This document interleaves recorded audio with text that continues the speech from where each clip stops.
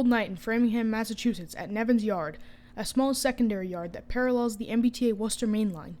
Tonight's train of note is Y101, the Framingham switcher moving around 3 MBTA F40PH-2Cs, all bound for Motive Power Industries in Erie, Pennsylvania. These 3 will be the first units being fully rebuilt at the Erie plant opposed to being rebuilt at the Boise plant in Idaho.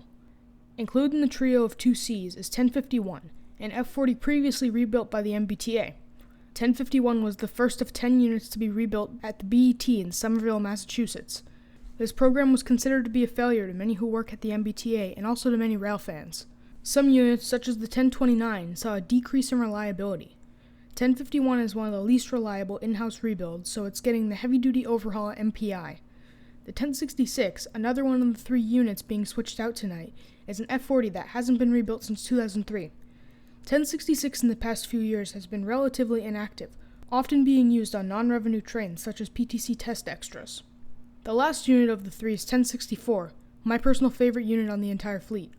1064 was a particularly average unit that wasn't particularly reliable, but not particularly unreliable. It spent most of its time in service on the north side, where the less reliable engines are usually placed on the lowest priority trains with less ridership.